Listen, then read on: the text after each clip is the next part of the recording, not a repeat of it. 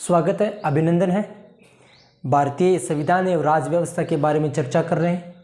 आज हमारा बिंदु है राज्यपाल की व्यवस्थापिका शक्ति के बारे में। पिछली क्लास में हमने राज्यपाल के बारे में सामान्य परिचय पढ़ा था, राज्यपाल की कार्यपालिका शक्ति के बारे में पढ़ा था और आज हम पढ़ेंगे राज्यपाल की व्यवस्थापिका शक्ति के बारे में। राज्यपाल की व्यवस्थापिका शक्ति कौन कौन सी है, इसके बारे में विस्तार से चर्चा करेंगे। साथियों, भारतीय संविधान एवं राज्य व्यवस्था में जब हम पढ़ते हैं तो पता चलता है कि राज्यपाल राज्य विधानमंडल का अभिन्न अंग होता है। साथियों, राज्यपाल राज्य विधानमंडल का अभिन्न अंग होता है। कैसे होता है? क्या वह विधानसभा का सदस्य होता है? क्या विधान परिषद का सदस्य होता है? इसके अलावा वो अभिन्न अंग कैसे माना जाता है? अगर भारतीय संविधान एवं राज्य व्यवस्था के जो अनुच्छेद है 168 के बारे में जानकारी प्राप्त होती है कि राज्यपाल राज्य विधानमंडल का अभिन्न अंग है।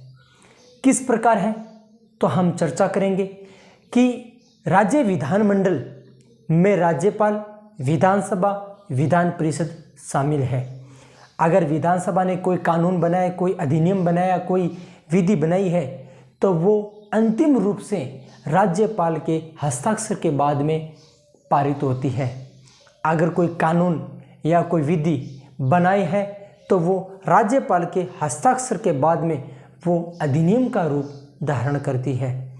इसलिए कहा जाता है कि विधानसभा और विधान परिषद दोनों से जब कोई कानून बनता है तो अंतिम रूप अधिनियम का रूप लेने से पहले एक बार राज्यपाल के पास जरूर जाता है। उनके हस्ताक्षर बहुत आवश्यक होते हैं। इसलिए राज्यपाल को इनका अभिन्न अंग बनाया गया है। पहले हम चर्चा कर लेते हैं भारतीय संविधान के अनुच्छेद 168 के बारे में कि भारतीय संविधान का अनुच्छेद 168 क्या कहता है। आप मेरे साथ में जुड़े रहिए, एक एक बिंदुओं पर चर्चा करेंगे और मेरे अनुसार आपका प्रतियोगिता परीक्षा में किसी प्रकार का प्रश्न गलत नहीं हो, ये मैं पूरी कोशिश करूंगा। बातचीत करें भारतीय संविधान के अनुच्छेद 168 के बारे में। अगर हम भारतीय संविधान के अनुच्छेद 168 के बारे में अध्ययन करते हैं तो क्या जानकारी प्राप्त होती है? जानकारी प्राप्त यह होती है कि राज्यपाल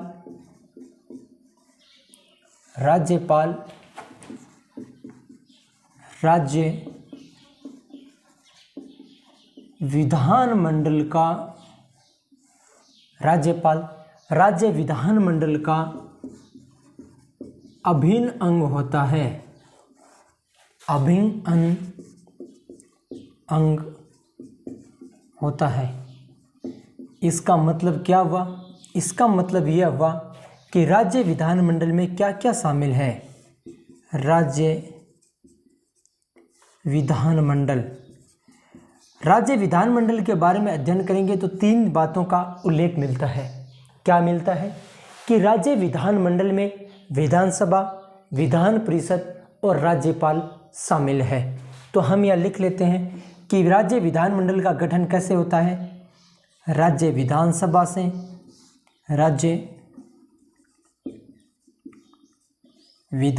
से, इसके अलावा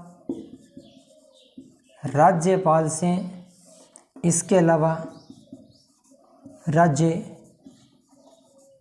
विधान परिषद से। ये इन तीनों से मिलकर किसका गठन होता है, किसका निर्माण होता है? राज्य विधानमंडल का निर्माण होता है। अगर बात करें राज्य विधानमंडल का गठन कैसे होता है तो इसमें कौन कौन शामिल है? तो विधानसभा शामिल है, विधान परिषद शामिल है और राज्यपाल शामिल है। अब हम बातचीत करेंगे इसके अलावा राज्य व्यवस्थापिका के संबंधी कौन सी शक्ति राज्यपाल के पास में है। इसके अलावा साथियों, अगर हम बातचीत करें, हमें पता चलता है कि राज्यपाल विधान परिषद में 1/6 सदस्यों का मनोनयन करता है। राज्यपाल विधानसभा में 1/6 सदस्यों का मनोनयन करता है। ये मनोनयन जो होता है वो राज्यपाल के द्वारा होता है।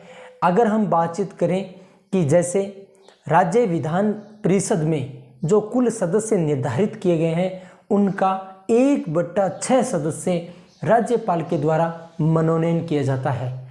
वो सदस्य कौन कौन से होते हैं इसके बारे में अगर जानकारी ले, इससे पहले हम चर्चा करेंगे भारतीय संविधान के अनुच्छेद 171 के बारे में जानकारी करेंगे। साथियों, अगर हम भारतीय संविधान के अनुच्छेद 171 के बारे में विस्तार से चर्चा करते हैं, अध्ययन करते हैं, तो पता चलता है कि राज्य विधान परिषद के कुल सदस्य संख्या के 1/6 सदस्य राज्यपाल के द्वारा मनोनयन किया जाएगा। ये सदस्य साहित्य, कला, विज्ञान, समाज सेवा, सहकारिता आंदोलन से जुड़े हुए होते हैं। अब कितने सदस्यों का मनोनयन करता है? तो राज्य विधान परिषद के 1/6 सदस्यों का मनोनयन होता है। किसके द्वारा? राज्यपाल के द्वारा। तो ये दूसरी महत्वपूर्ण शक्ति है व्यवस्थापिका में राज्यपाल के पास में, और इस पूरी शक्ति का जो उल्लेख है वो भारतीय संविधान के अनुच्छेद 171 में उल्लेखित किया गया है। 171 में जो उल्लेखित किया गया है पूरी की पूरी जानकारी हम यहाँ विस्तार से लिख लेते हैं। साथियों, आप सभी से निवेदन है, आप मेरे YouTube चैनल को सब्सक्राइब कीजिए, लाइक कीजिए और शेयर कीजिए। आप सभी का स्नेह आशीर्वाद इसी प्रकार बना रहे। मैं विसंधान चारण भारतीय संविधान एवं राज्य व्यवस्था से संबंधित चर्चा कर रहा हूँ। हम बातचीत कर रहे हैं भारतीय संविधान के अनुच्छेद 171 के बारे में। किसके बारे में अध्ययन किया? 171 के बारे में। 171 क्या कहता है? यह कहता है कि राज्यपाल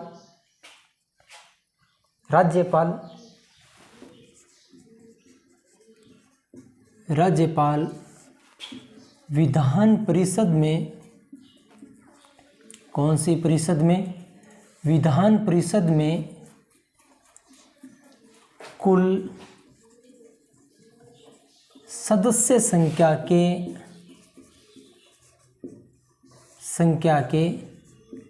1/6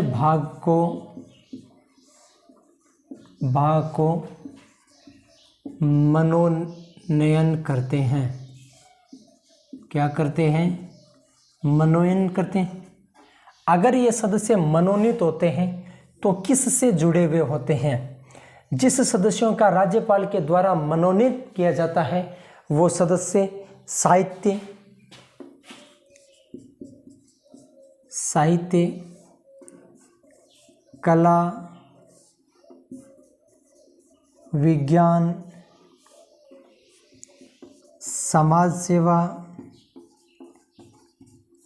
और सबसे महत्वपूर्ण बात यह है सहकारिता आंदोलन से जुड़े हुए होते हैं। सहकारिता आंदोलन से जुड़े होते हैं। भारतीय संविधान एवं राज्य व्यवस्था का जो अनुच्छेद 171 है उसके बारे में चर्चा करते हैं तो मिलता है कि राज्यपाल विधान परिषद के कुल सदस्य संख्या के 1/6 भाग को मनोनयन करता है। ये सदस्य सहकारिता आंदोलन से जुड़े हुए थे। ये महत्वपूर्ण बात है। साहित्य, कला, विज्ञान, समाज सेवा, ये जानकारी तो मेरे को भी पता है, आपको भी पता है, लेकिन परीक्षा की दृष्टि से ये महत्वपूर्ण है कि ये सदस्य किससे जुड़े हुए होने चाहिए? ये सदस्य सहकारिता आंदोलन से भी जुड़े होने चाहिए। अब हमने भारतीय संविधान के अनुच्छेद 171 के बारे में चर्चा की है।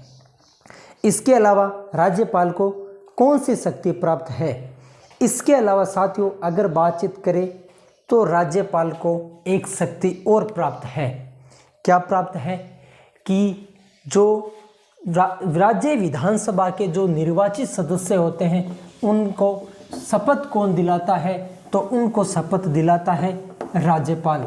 जैसे हमने पढ़ा था कि संसद के निर्वाचित सदस्यों को शपथ दिलाता है राष्ट्रपति या राष्ट्रपति के द्वारा अधिकृत व्यक्ति। इसी प्रकार से राज्य विधानमंडल के सदस्यों को शपथ दिलाने का जो काम है वो या तो राज्यपाल करेगा या राज्यपाल के द्वारा अधिकृत व्यक्ति करेगा। कौन करेगा? या तो राज्यपाल करेगा या राज्यपाल के द्वारा अधिकृत व्यक्ति करेगा। और कल हमने पढ़ा था कि राष्ट्रपति एक प्रोटेम स्पीकर की नियुक्ति करता है। इसी प्रकार यहाँ भी राज्य विधानमंडल में भी, राज्य विधानसभा में भी एक राज्यपाल एक वरिष्ठतम सदस्य को प्रोटेम स्पीकर के पद पर नियुक्त करता है। वो राज्य विधानसभा के निर्वाचित सदस्यों को शपथ दिलाने का काम करता है। हम ये जो पूरा का पूरा जो काम है, ये शपथ दिलाने की जो प्रक्रिया है, ये भारतीय संविधान के अनुच्छेद 188 में उल्लेखित है। अगर हम बातचीत करें भारतीय संविधान के अनुच्छेद 188 के बारे में, तो उसमें साफ लिखा हुआ है कि राज्यपाल या राज्यपाल के द्वारा अधिकृत व्यक्ति राज्य विधानमंडल के सदस्यों को शपथ दिलाएगा और राज्यपाल विधानसभा में एक प्रोटेम स्पीकर की नियुक्ति करेगा। इनके बारे में हमने अभी लिखना है, चर्चा करेंगे। साथियों, ये न तो कोई चुटकुला कहानी और या इनके माध्यम से पढ़ा सकते हैं, न इसमें आपको कोई कहानी सुना सकते हैं, न चुटकुला सुना दे।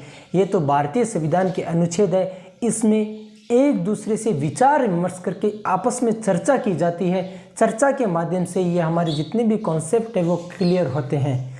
इसलिए आप ये नहीं सोचे कि मैं चुटकुला कहानी वगैरह, ये मेरे को चुटकुला कहानी खूब आती है, लेकिन ये जो टॉपिक है, ये जो हमारा जो सिस्टम है भी भारतीय संविधान एवं राज्य व्यवस्था का, इसमें विस्तार से चर्चा करनी पड़ती है। एक एक शब्द को मद्देनजर रखना पड़ता है। अब हम बातचीत कर लेते हैं राज्यपाल की व्यवस्थापिका अन्य शक्तियों के बारे में। अगर हम बातचीत करें राज्यपाल के बारे में, तो हम यहाँ लिख देते हैं राज्यपाल विधानसभा में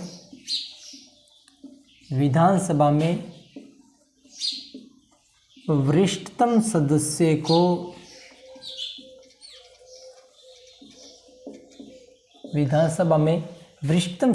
को प्रोटेम स्पीकर के पद पर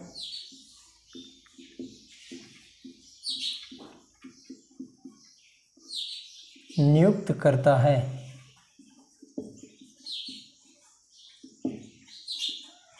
किसको नियुक्त करता है? प्रोटेम स्पीकर को। विधानसभा का ये वरिष्ठतम सदस्य को नियुक्त करता है। इसके अलावा क्या करता है? इसके अलावा साथियों, राज्यपाल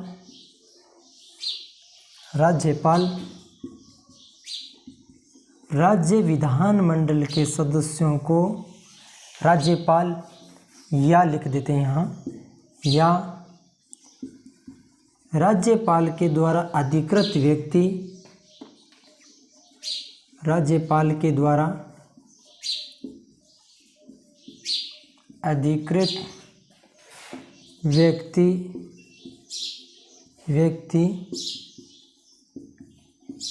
राज्य विधानमंडल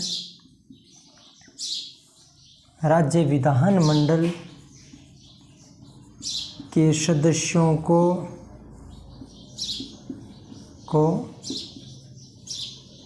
शपथ दिलाते हैं।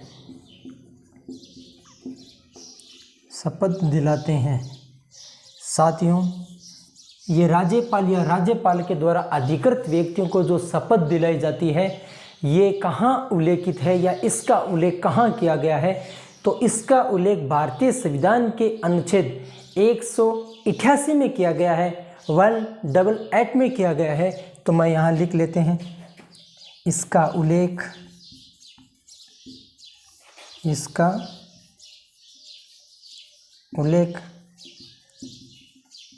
संविधान के अनुच्छेद 188 में किया गया कि राज्यपाल विधानसभा में वरिष्ठतम सदस्य को प्रोटेम स्पीकर के पद पर नियुक्त करता है। और इसके अलावा ये राज्यपाल या राज्यपाल के द्वारा अधिकृत व्यक्ति होता है, वो व्यक्ति क्या करता है? राज्य विधानमंडल के सदस्यों को शपथ दिलाने का काम करता है। और इस शपथ का पूरा जो प्रावधान है वो प्रावधान भारतीय संविधान के अनुच्छेद 188 में दिया गया है, 188 में किया गया है। इसके अलावा क्या करता है राज्यपाल? राज्यपाल की व्यवस्थापिका शक्तियों के बारे में बातचीत करते हैं, चर्चा करते हैं। तो इसके अलावा राज्यपाल के और भी महत्वपूर्ण कार्य है। क्या कार्य है? अगर हम बातचीत करें भारतीय संविधान के अनुच्छेद 174 के बारे में, भारतीय संविधान के अनुच्छेद 174 क्या कहता है साथियों? अगर हम बातचीत करें भारतीय संविधान के अनुच्छेद 174 के बारे में, तो भारतीय संविधान के अनुच्छेद 174 ये कहता है कि राज्यपाल राज्य विधानमंडल के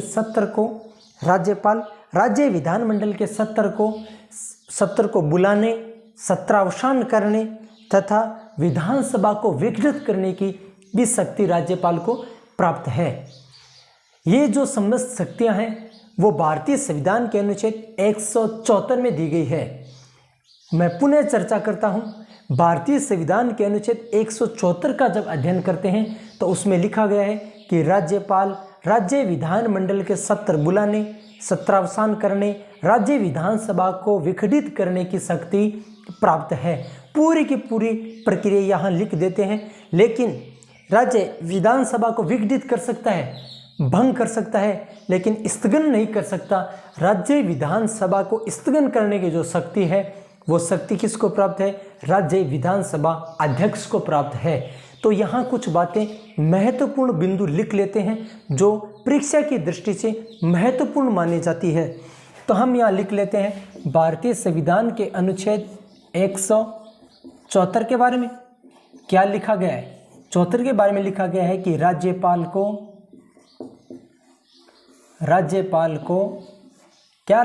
को एक नंबर पर राज्य विधानमंडल के सत्र बुलाने, राज्य विधानमंडल के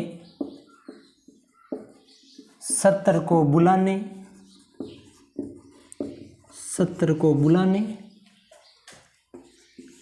सत्रावसान करने नंबर 3 पर राज्य विधानसभा को भंग करने की शक्ति प्राप्त है। कौन सी शक्ति प्राप्त है? राज्यपाल को भारतीय संविधान के अनुच्छेद 174 के अंतर्गत राज्य विधानमंडल के सत्र को बुलाने, सत्रावसान करने और राज्य विधानसभा को समाप्त करने की जो शक्ति प्राप्त है वो कहाँ प्राप्त है? भारतीय संविधान के अनुच्छेद 174 में प्राप्त है। ये राज्यपाल की व्यवस्थापिका शक्ति के अंतर्गत आता है। अब हम बातचीत करेंगे आगे की शक्ति के बारे में। आगे की शक्ति के बारे में बातचीत करेंगे जो भारतीय संविधान के अनुच्छेद 176 में की गई है। 176 में क्या की गई है कि राज्यपाल को 176 में जिन बातों का उल्लेख मिलता है, जिन बातों की जानकारी मिलती है उनके बारे में चर्चा करते हैं कि राज्यपाल को हर वर्ष के प्रथम सत्र को और हर वर्ष का प्रथम सत्र होता है बजट सत्र होता है। वर्ष का जो प्रथम सत्र होता है वो कौन सा होता है? बजट सत्र होता है। तो हर वर्ष के प्रथम सत्र को तथा जब नई विधानसभा का गठन होता है तो राज्य विधान परिषद के समवेत रूप से इनको क्या करते हैं? संबोधित करने, अनिवार्य रूप से संबोधित करने की शक्ति प्राप्त है। अब एक बार पुनः चर्चा करते हैं। हम बातचीत कर रहे हैं भारतीय संविधान के अनुच्छेद 176 के बारे में। भारतीय संविधान का अनुच्छेद 176 क्या कहता है? यह कहता है कि राज्यपाल को वर्ष का प्रथम सत्र को संबोधित करने, नई विधानसभा के गठन होने पर उनको संबोधित करने की शक्ति उनको प्राप्त है। और ये नई जब विधानसभा का गठन होता है तो उनको ये अनिवार्य रूप से संबोधित करता है। पूरी की पूरी जानकारी भारतीय संविधान के अनुच्छेद 176 में दी गई है। अगर बातचीत करें भारतीय संविधान के अनुच्छेद 176 में क्या कहा है, तो हम यहाँ लिख लेते हैं एक बार। भारतीय संविधान के अनुच्छेद 176 यह कहता है राज्यपाल वर्ष के प्रथम सत्र को, और प्रथम सत्र कौन सा माना जाता है, बजट सत्र माना जाता है। प्रथम सत्र को संबोधित करने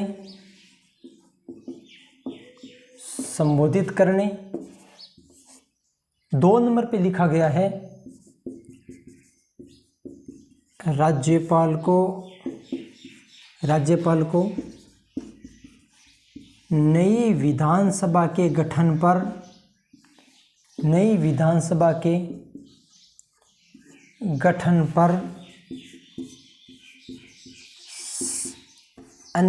अनिवार्य रूप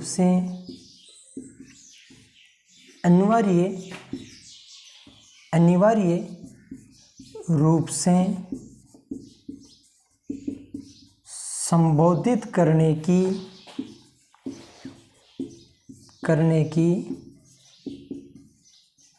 शक्ति प्राप्त है। यहाँ 2 बातों का उल्लेख मिलता है। भारतीय संविधान के अनुच्छेद 176 में 2 बातों का उल्लेख मिलता है। पहली बात ये कि राज्यपाल प्रथम सत्र यानी बजट सत्र को अनिवार्य रूप से संबोधित करेगा, और जब नई विधानसभा का जब गठन होता है उस विधानसभा के गठन को अनिवार्य रूप से संबोधित करेगा। 2 बातों का उल्लेख मिलता है। अब हम बातचीत करेंगे राज्यपाल की अगली व्यवस्थापिका शक्ति के बारे में कि राज्यपाल को इसके अलावा कौन कौन सी शक्ति प्राप्त है। अब हम बातचीत करेंगे आगे की शक्ति के बारे में कि राज्यपाल को और कौन कौन सी शक्ति प्राप्त है जो अपनी इस शक्ति का वो प्रयोग करता है। कई बार क्या होता है कि राज्य विधानसभा में अध्यक्ष भी नहीं होता है, उपाध्यक्ष भी नहीं होता है। दोनों अगर नहीं होता है तो राज्य विधानसभा की बैठक की जो कार्यवाही होती है उसका संचालन नहीं किया जाता है, और राज्य विधानसभा के बैठक को संचालन करने के लिए एक कार्यवाहक अध्यक्ष की नियुक्ति करता है। और कार्यवाहक अध्यक्ष की नियुक्ति कौन करता है, तो वो राज्यपाल करता है, और ये राज्यपाल की व्यवस्थापिका शक्ति के अंतर्गत आता है। अब ये बात रही कि अगर ये कार्यवाहक अध्यक्ष की नियुक्ति कौन करता है, राज्यपाल करता है। क्या ये बात भारतीय संविधान में उल्लेखित है, या मैं मेरी मनमर्जी से बता रहा हूँ, या आप अपनी मनमर्जी से पढ़ रहे हैं। जब हम भारतीय संविधान के अनुच्छेद 180 के बारे में विस्तार से अध्ययन करते हैं, चर्चा करते हैं, तो हमें जानकारी प्राप्त होती है कि भारतीय संविधान के 180 में ये लिखा गया है कि जब राज्य विधानसभा के अध्यक्ष व उपाध्यक्ष की दोनों की अनुपस्थिति में बैठक को संचालित करने के लिए राज्यपाल एक कार्यवाहक अध्यक्ष के रूप में किसी व्यक्ति को नियुक्त करेगा, और वो व्यक्ति कौन होगा, वो व्यक्ति विधानसभा का सदस्य होगा। तो ये बातें भारतीय संविधान के अनुच्छेद 180 में उल्लेखित की गई है। इनके बारे में भी हम सामान्य रूप से जानकारी लिख लेते हैं। जैसे जैसे मैं पढ़ा रहा हूँ वैसे वैसे भी आप साथ साथ में नोट करते रहिए। और अगर किसी प्रकार का प्रश्न, अगर मैंने मेरी कोशिश मेरी ये है कि मैं जो आपको जो जानकारी दे रहा हूँ वो सही व सटीक दूँ, मैं आपको गलत जानकारी नहीं दूँ, गलत नहीं पढ़ूँ। फिर भी मानवीय भूल हो जाती है या मैं गलत कुछ लिखवा देता हूँ या बोल देता हूँ, तो आप मुझे कमेंट बॉक्स में कमेंट करके बताइए, मैं मेरी गलती को सुधार कर लूँगा। साथियों, अब हम बातचीत कर रहे हैं भारतीय संविधान के अनुच्छेद 180 के बारे में। 80 में क्या लिखा गया है कि राज्यपाल राज्य विधानसभा के अध्यक्ष व उपाध्यक्ष की अनुपस्थिति में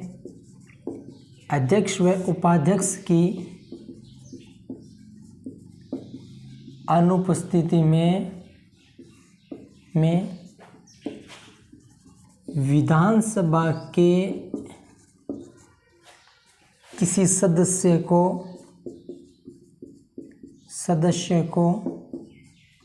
सदस्य को कार्यवाहक अध्यक्ष के रूप में नियुक्त कर सकता है। महत्वपूर्ण बात यह है कि अगर ऐसी कंडीशन हो जाए कि राज्यपाल राज्य विधानसभा के अध्यक्ष व उपाध्यक्ष की अनुपस्थिति में क्या करता है कि विधानसभा के किसी सदस्य को कार्यवाहक अध्यक्ष के पद पर नियुक्त कर सकता है। और ये पूरी की पूरी जो जानकारी है वो भारतीय संविधान के अनुच्छेद 180 में दी गई है। जब हम भारतीय संविधान के अनुच्छेद 180 का अध्ययन करते हैं तो ये जानकारी हमें प्राप्त होती है। अब हम बातचीत करेंगे भारतीय संविधान के अनुच्छेद 184 के बारे में, जो विधान परिषद के बारे में ये बातें उल्लेखित करता है। और आपकी अनुमति हो और आज्ञा हो तो मैं पानी पी लेता हूँ और आप भी पी लीजिए।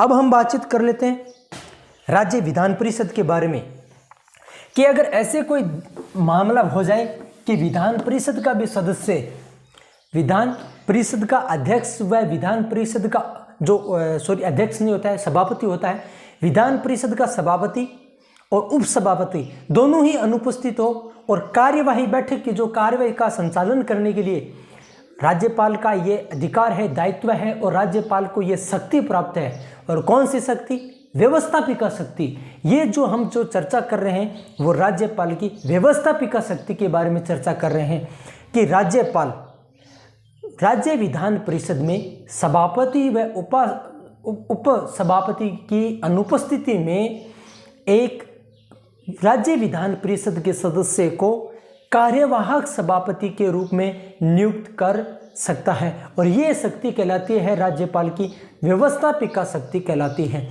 हम चर्चा कर लेते हैं इस शक्ति के बारे में। और इस शक्ति का उल्लेख भारतीय संविधान के अनुच्छेद 184 में की गई है। हम यहाँ चर्चा कर लेते हैं 184 के बारे में। 184 के बारे में क्या क्या जानकारी मिलती है कि राज्य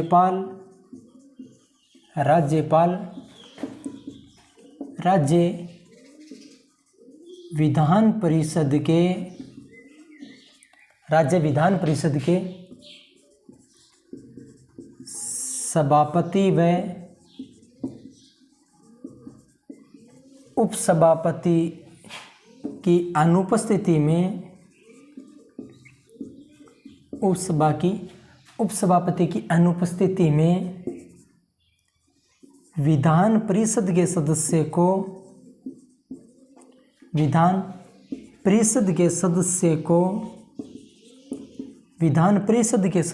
को कार्यवाहक सभापति के रूप में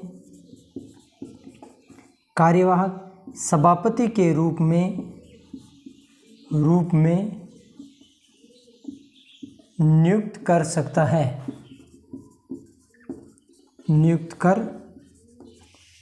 है। ये इनकी व्यवस्थापिका शक्ति के अंतर्गत आता है।